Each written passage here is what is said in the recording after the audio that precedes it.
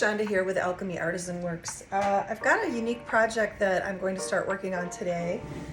Clients approached me with a request. They had seen my charcuterie boards and they had a request as to whether I could do epoxy work for them on their cutting board in their kitchen. Now, I did talk to them about whether they were planning on using it as a cutting board or for serving on, and they said strictly serving. They will not be cutting on this piece. You can see that it was previously used for a cutting board. They said that their intention is to have it be more of a serving board. And so I said, well, there's no way I'm going to be able to cover this with epoxy. It has got so much moisture and grease and food yuck on it from years of use and abuse. So I'm going to have to recreate the board for them. Since I am going to be covering the entire surface and sides with epoxy resin artistry, I didn't see the point in getting a really fancy piece of wood for that, since it's just going to be mostly covered. I did decide to go ahead and work with a piece of MDF. It's 3/4 inch thick. It's just the right thickness. I have to do some prep work on it before I go ahead and start the epoxy design work. I will be recreating the groove here, which is what is used to pull the board out from beneath the countertop. And I'll be rounding off these edges so we get that nice roll of the epoxy rolling over that nicely. We don't get any sharp edges that will go bald when you put the epoxy on. And the back I'm going to treat in such a way that it will be waterproof and grease-proof and all the things that you need in a kitchen. It won't be utilized for anything. It'll just the front. So I'm going to start that prep work now, and you can follow along.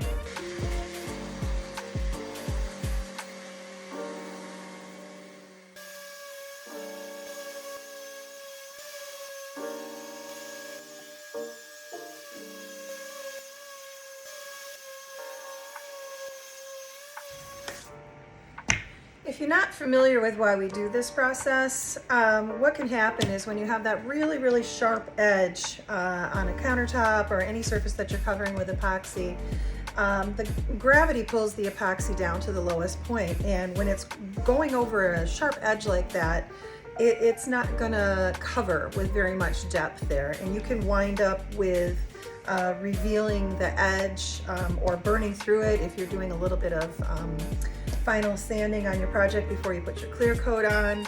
You just won't get the coverage that you need. It'll be what I call bald.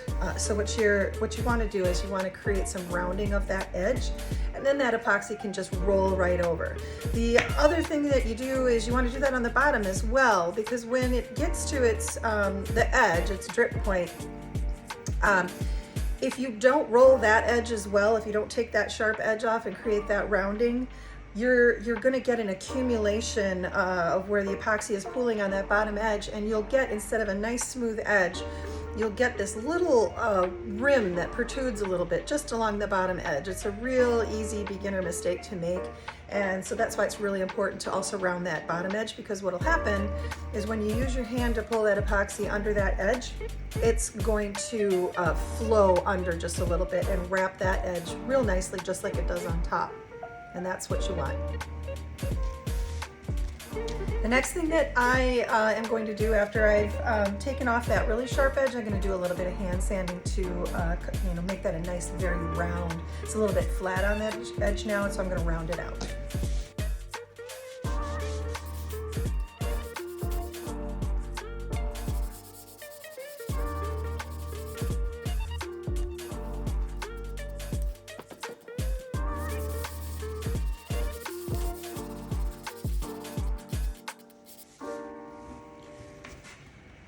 There we go.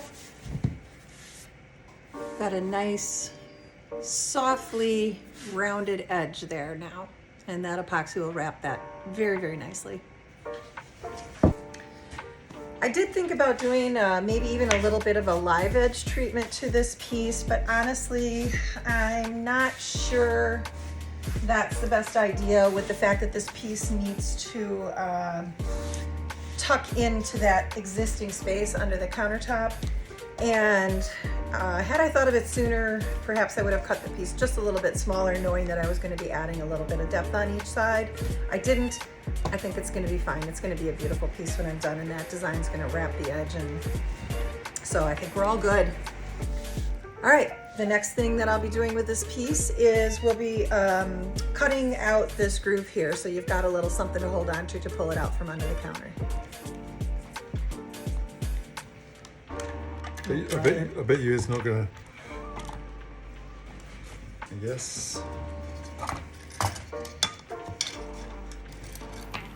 In setting up to route the groove, we realized that we were going to need to customize the guide to get the right depth. I'm gonna leave that joke in In what? this video. It's not on the bloody It is? video.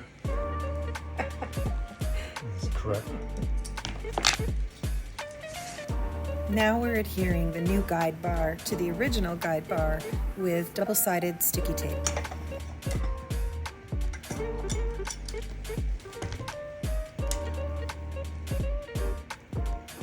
So goes through from here.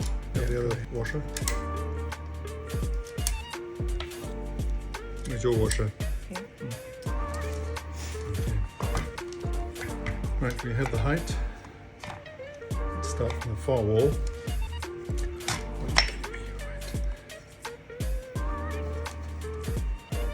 Okay, there. That's it.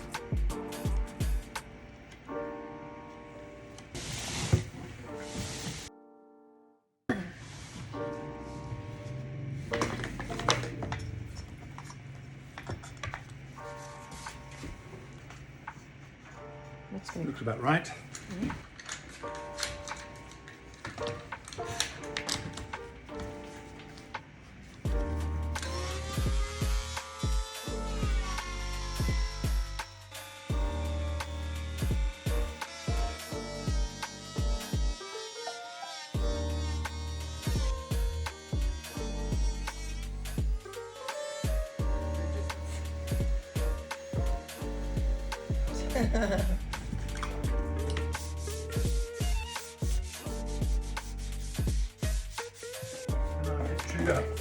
All right, now that that's done,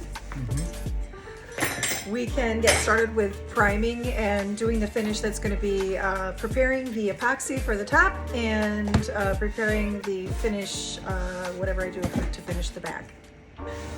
All right, so I had a little help with the routing. That's not a tool I'm familiar with, but now that that's done, I am ready to prep my board as my first step before that epoxy pour. The client liked these trays that I had made.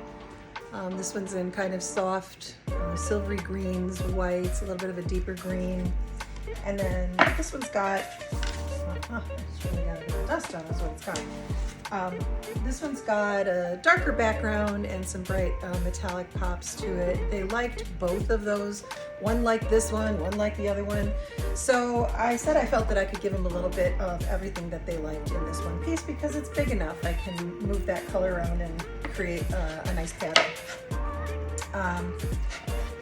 And I'm talking off camera here, but at any rate, I want to do a darker base coat on this. I decided to go with the epoxy undercoat black. I like this product a lot, especially because I'll be able to work on this the same day. Just need to give it a few hours of dry time. I know that I'm going to finish the back in black, but there's going to be epoxy drips on there after my pour, both the color coat and the clear coat. So I'm going to wait to prep that side until I've got the pour all done and perfected. And then most likely what I'm going to do is actually, I think I'm going to keep the back black and I'm going to finish it with the ultimate top coat so that it is sealed and protected from wear and tear in the kitchen. But for now, we'll get started on the top and sides.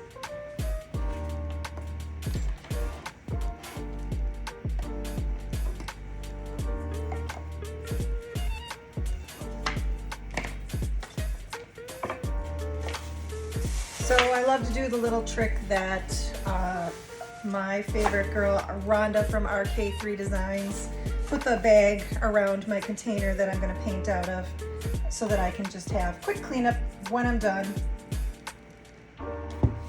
Just toss that away and I can use my container again.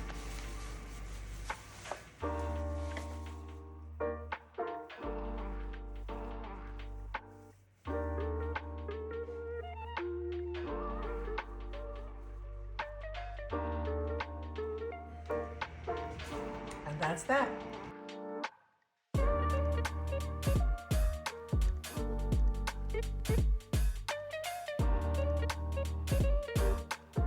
All right, so it's been a little over an hour, probably closer to an hour and a half. This is plenty dry to do a light sanding on. I got my 220 grit paper and I'm just gonna go over it lightly, brush it off, and then we'll do another coat. And then that coat will probably have to dry for roughly 4 hours before I can actually start to work with the epoxy. We have to make sure that there is no outgassing before we start that.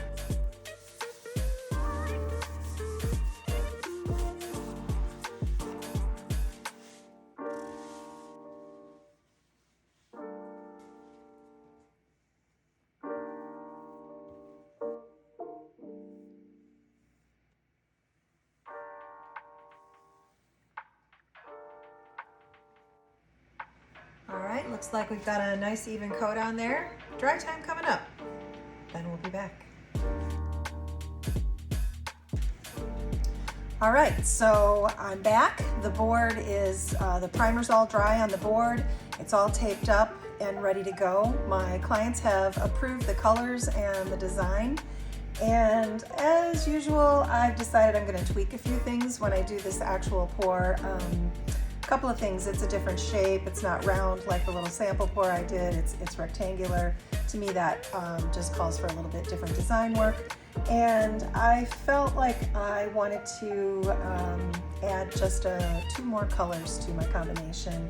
And as I said earlier, I'm going to apply the gold a little bit differently today because I don't want so much of it to float out throughout the design. I want to keep that a little tighter and control that, get a little lacy effect with that. So with that said, one of the things I'm going to do today is I'm going to grease my board up just a little bit differently than I did yesterday. Well, actually I didn't grease the board at all yesterday. I just started pouring. I am going to grease the board a little bit today because I want to my colors to flow together a little bit faster. So here we go. My first step here, as I said earlier, is going to be greasing the board. And to do that, I'm just laying down a bit of clear and a bit of the black dye.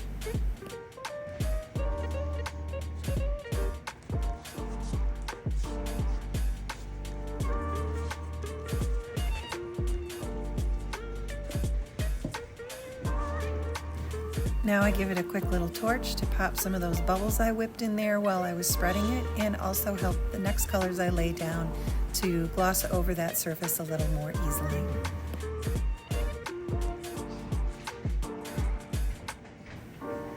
At this stage, I am kind of giving some thought to how I want that final design to lay out, so my placement of colors is based on the patterning that I've kind of got in my head.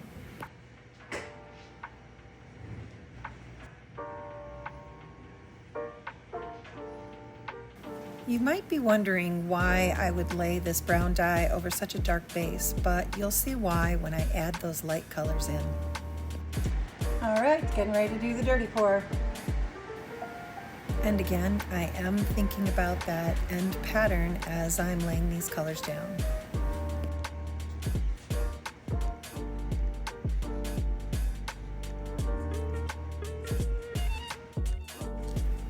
Quick little torch to heat up that resin to help it spread, and now the fun begins. This is got to be one of my favorite parts, coming in with my great big palette knife, just blending over the top of these colors, skimming them over the top. I don't really want to mix them. I really am just gliding them, and you'll see what happens with this technique. They really you get great cells, and interesting things happen once it sits and you hit it with a little bit of heat. You'll also notice that while I'm doing this, I keep a little cup handy and scrape that excess off into the cup. It keeps my knife clean as I approach each new area, and also gives me a little something to create some interesting veins if I want to with that resin that I've collected in the cup.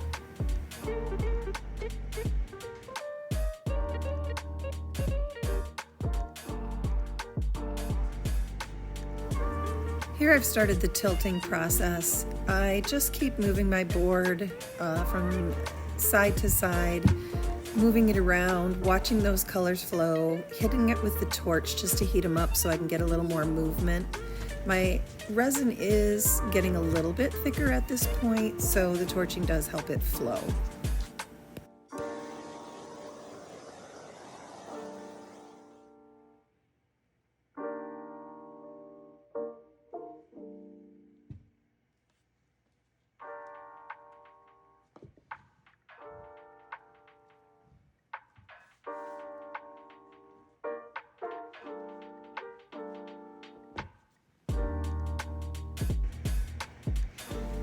Ooh, now my next favorite part, coming in with the gold and getting those detail veins in place.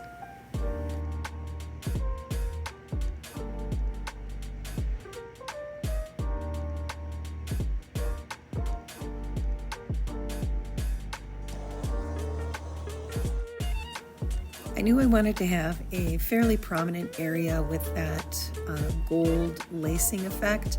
This seemed like the perfect spot.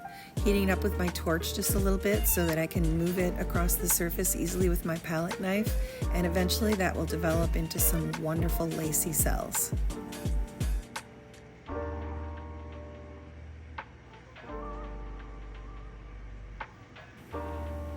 As you'll see, I really do work my pieces quite a bit. I love to pay attention to the detail. I love to add veins and cells. And in preparation for pieces like this, I actually do like to go online and look at natural pieces of stone and granite and marble. I'm always looking to emulate nature in my work. I really love that effect, and it's what I often strive for most in my creations.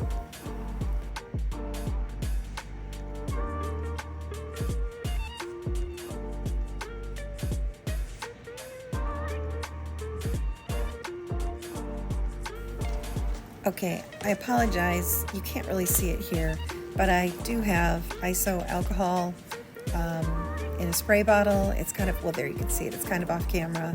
I use the cardboard to isolate the area so that I only get that effect in the areas that I want.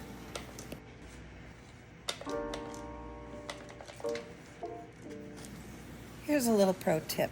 If your epoxy is starting to feel warm in the cup, that means it's starting to set up.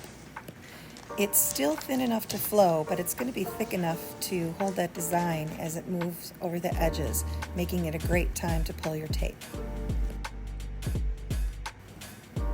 Epoxy wants to go where epoxy already is, which is why it's really important at this point to take your hand and smooth that epoxy all the way across those edges, helping to lead it where it needs to be so you get a good cap on those edges.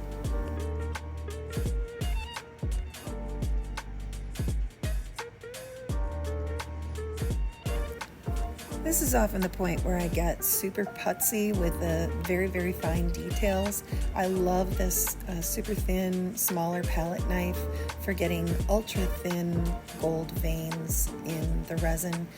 They tend to hold their shape the best at this point because that resin is starting to set up a little bit.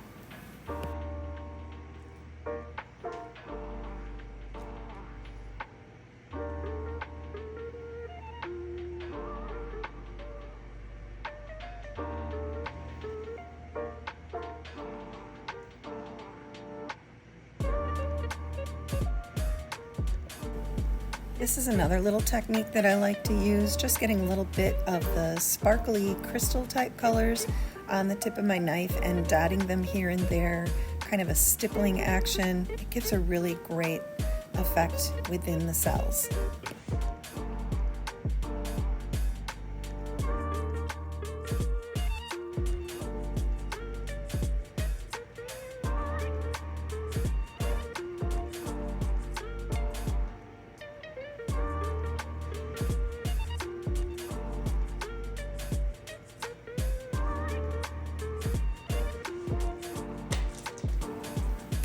I took a little overview of my board and decided that for balance I needed just a little bit more of a slightly larger area of the gold lacy effect somewhere else in the board, and this was the spot that seemed to speak to me.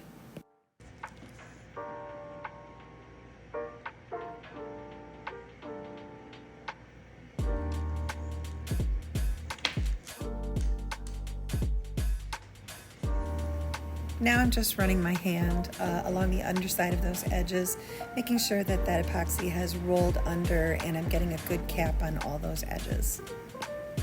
And here I'm just about to add one of those luscious clear resin veins that I like to add at the very end of a project like this. When the epoxy is quite set, the clear tends to just kind of push those colors beneath it out of the way in a really unique way that gives a gorgeous effect.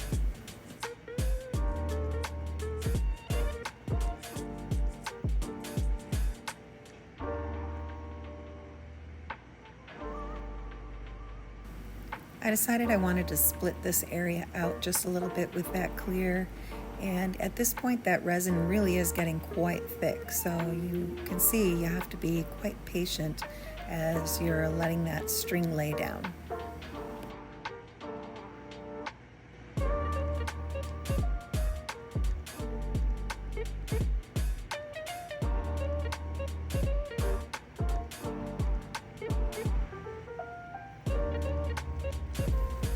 And adding just a pop of that green sparkle pearl to this area to make it pop.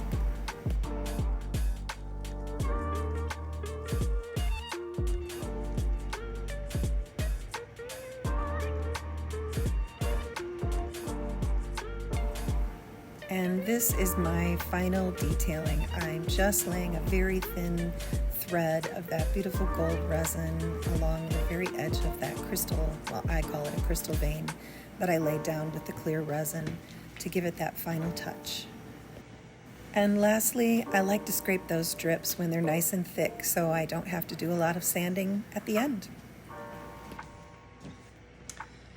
And that's it. What have we got? An hour and 32 minutes and 31 seconds. That's it. That's my design process. I'm going to do a little flyover for you here in a minute. It is a fair bit different from my sample, but I think my clients are going to love it. I sure am loving it. You never can tell exactly how these are going to turn out, but I would say this is very close to what I hoped it would turn out like. So I hope you enjoyed the video. Here's that flyover I promised and a few still pics of the finished piece. And hey, be sure to stick it out till the end for my bloopers and outtakes.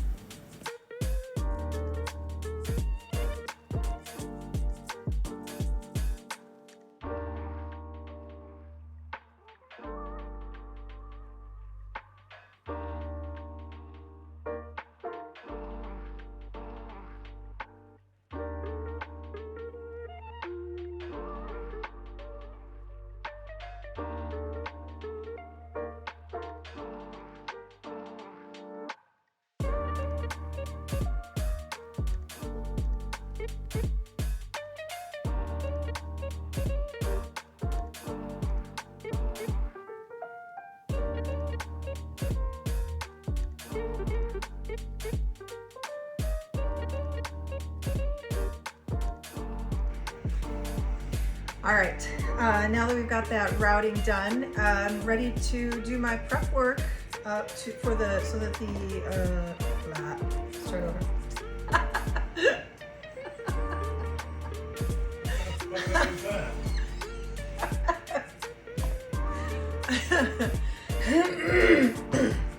All right, now that I had my trusty employee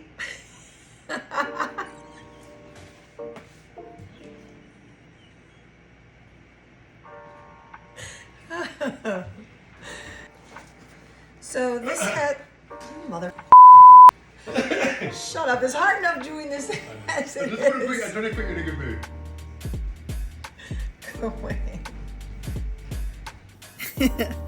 Laughter really is the best medicine. My friends, never take yourself too seriously. I hope you enjoyed this video, and thank you so much for watching to the end.